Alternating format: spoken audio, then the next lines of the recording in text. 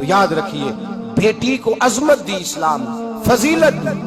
ایک پہلو بیٹی کو اور بھی یاد رکھنا ہے کہ جہاں بیٹی کو فضیلت عطا فرمائی وہاں بیٹی کی ذمہ داری بھی لگائی، جہاں بیٹی کو فضیلت عطا کی وہاں بیٹی کی، میرے رسول پاک علیہ السلام نے فرمایا بیٹیوں گھروں میں ٹھہری رہو، خامند کی فرما برداری کرو، گویا اپنے ماں باپ کی عزت کا پاس اور لحاظ کرو۔ فرمایا گھروں کے اندر ٹھہری رہو، باہر نکلو گی تو شیطان تمہیں تاڑے گا، اپنے ماں باپ کا خیال کرو، اگر تم اس حال میں دنیا سے جاؤ گی تو رب تمہیں بے حساب ہی جنت عطا فرمائے گا۔ بیٹی کی ذمہ داری بھی لگائی، ذمہ داری بھی اس کی، ماں باپ کی خدمت کرے گی، ماں باپ کا پاس اور لحاظ کرے گی۔ بھائیو، کائنات میں جو بیٹی سب سے زیادہ عزت والی ہے وہ میرے مصطفیٰ کی بیٹیاں ہیں۔ اللہ تعالیٰ نے محبوب کو 4 بیٹیاں عطا فرمائی۔ میرے اعلیٰ حضرت فرماتے ہیں میں ان کو صاحبزادیاں نہیں کہتا، میں تو انہیں نور زادیاں کہتا ہوں۔ نور زادیاں عطا فرمائی، تیری نسل پاک میں ہے بچہ بچہ نور کا، تو ہے نے نور تیرا سب گھرانہ نور۔ 4 نور زادیاں، سب سے چھوٹی حضرت فاطمہ۔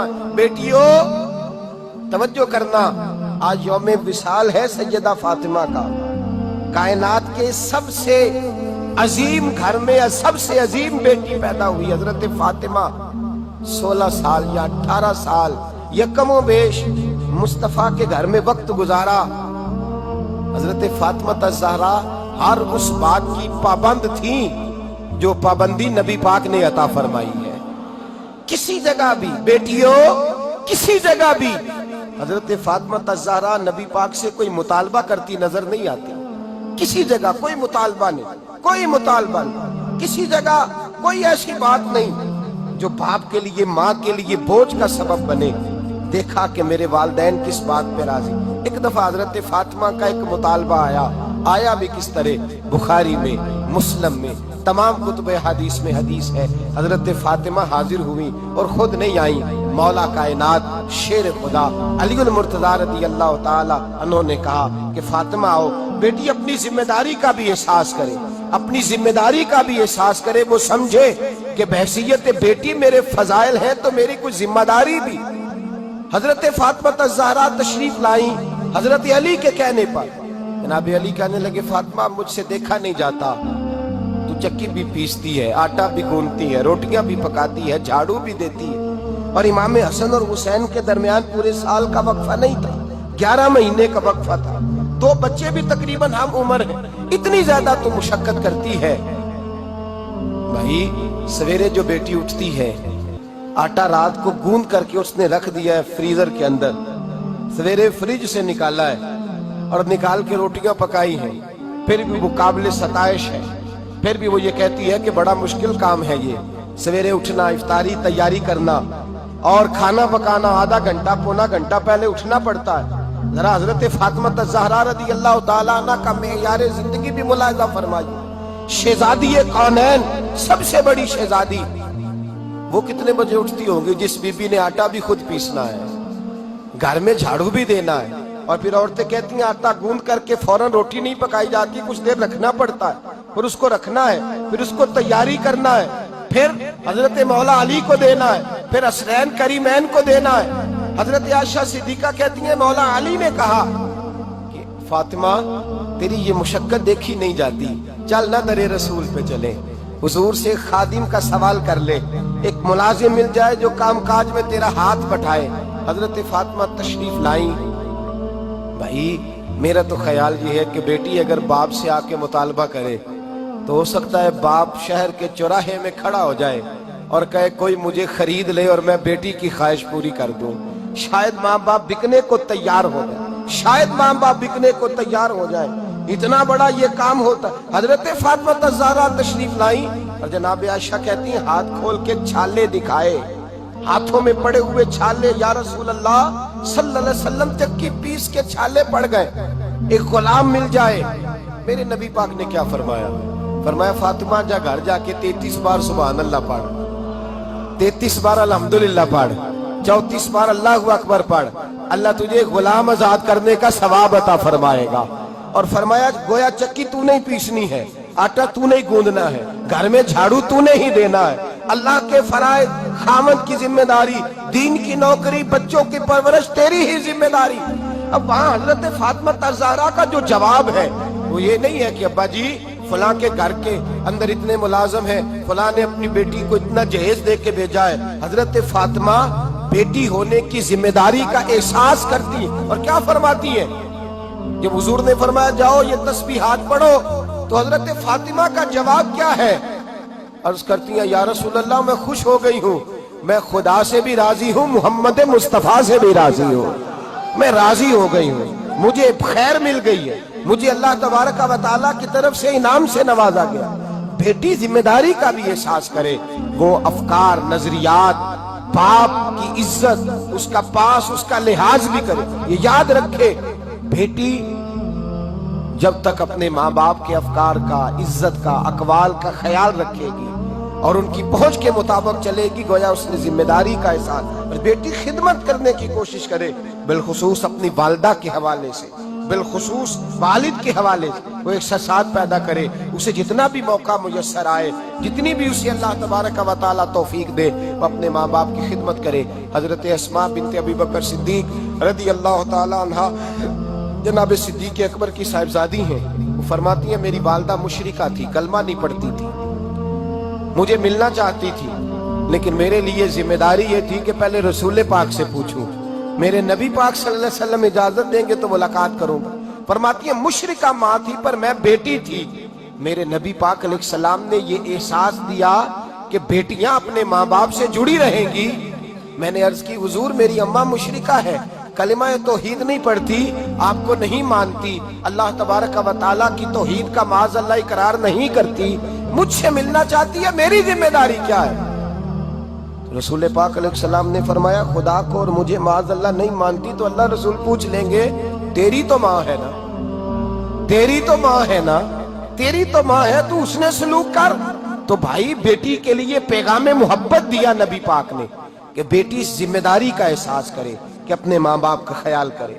یاد رکھیں میرے نبی کریم سید عالم نور مجسم علیہ السلام نے خوبصورت سوچ، اچھی سوچ، پاکیزہ سوچ، صاف ستھری سوچ دی۔ حضرت زید بن حارثہ فرماتے ہیں طائف کے لوگوں نے میرے نبی پاک کو پتھر مارے، لہو لہان کر دیا۔ فرماتے ہیں وہاں کے کچھ لوگ بھی انہیں برا کہنے لگے، میں بھی برا کہنے لگا، اس لیے کہ یہ تو عرب کے کلچر کے بھی خلاف تھا۔ عرب معاشرے کے لوگ اپنے مہمان کے ساتھ یہ سلوک نہیں کرتے تھے، چاہے وہ کوئی بھی ہو۔ اور نبی پاک علیہ السلام نے تو جو دعوت دی اس میں تو حسن بھی بڑا میٹھا تھا، وہ تو لفظوں کے اندر توانائی، خوبصورتی، مٹھاس بھی بڑی تھی۔ تو یہ تو عرب کے رواج کے بھی خلاف تھا کہ گھر آئے مہمان کو پتھر مارے جائیں۔ انہوں نے پتھر مارے، لہو لہان کیا، میں نے بھی برا کہا، معاشرے کے لوگوں نے بھی برا کہا، اور فرمانے لگے پھر کمال ہو گیا، حضرت جبریل بھی حاضر خدمت ہوئے اور عرض کرنے لگے یا رسول اللہ صلی اللہ علیہ وسلم رب فرماتا ہے کہ جبریل جاؤ اور میرے نبی سے جا کے اجازت لو، اگر میرے رسول اجازت دیں تو انہیں مسل کے رکھ دیں، انہیں دو پہاڑوں کے درمیان انہیں مسل کے رکھ دو، مسل کے۔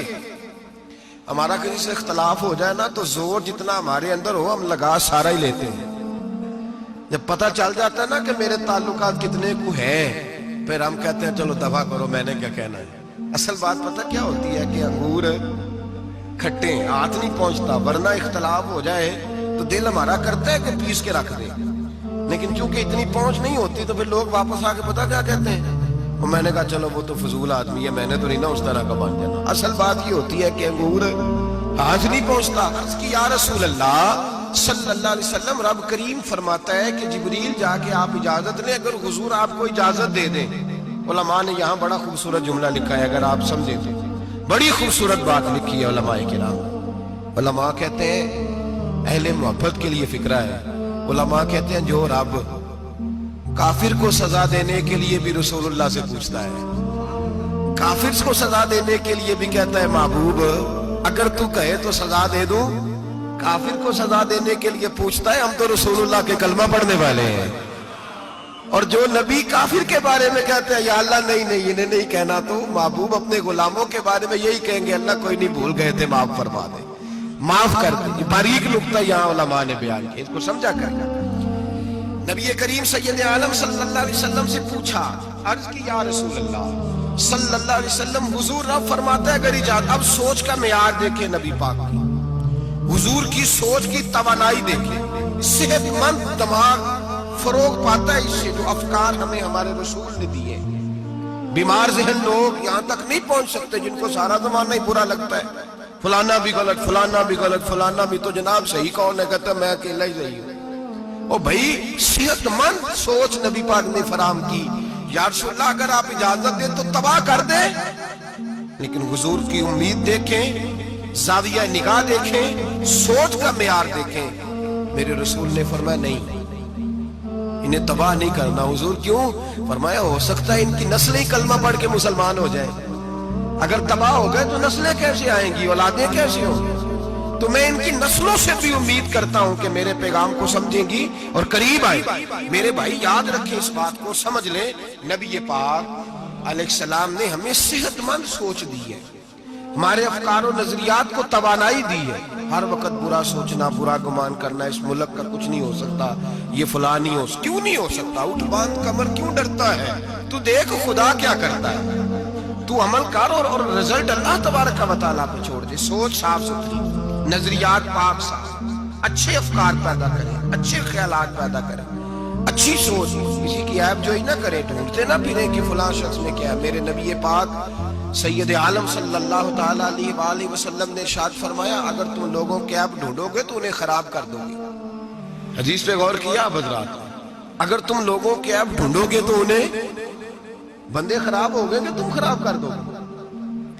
اگر عیب ڈھونڈو گے تو تم انہیں خراب کر دو گے۔ کیا مطلب؟ فرمایا اس لیے کہ تمہاری نظر غلط ہو گئی ہے، اب تم روز نئے سے نئے گناہ کا زاویہ ان کے لیے بناؤ گے، روز نئی سے نئی بری سوچ جنم لے گی تو تم خراب کر رہے ہو اپنے زاویہ نگاہ کے مطابق۔ اس لیے کسی کے عیب تلاش نہ کرو، کسی کے عیب تلاش ڈھونڈتے نہ پھرو، جاسوسی نہ کرو۔ لوگوں کا معمول مشغلہ ہے، خوبیاں بیان ہی نہیں کرتے، خامیاں ہی بیان کرتے، کوتاہیاں ہی بیان کرتے، کمزوریاں ہی بیان کرتے۔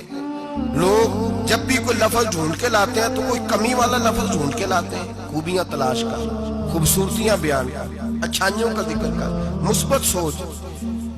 اور نفسیات کے لوگ یہ کہتے ہیں کہ ٹینشن کے مریض اس لیے زیادہ ہیں کہ لوگوں کی سوچ مثبت نہیں، بڑے پریشان ہیں، کہتے ہیں وہ بندہ بھی غلط ہے، وہ بھی غلط ہے، وہ بھی غلط ہے، وہ چور ہے، وہ ڈاکو ہے، وہ فریبی ہے، وہ ظالم ہے، وہ جابر ہے، سارا دن ٹینشن میں رہتے ہیں، تو پھر نفسیات کے مریض ہو جاتے ہیں، بڑی پریشانی۔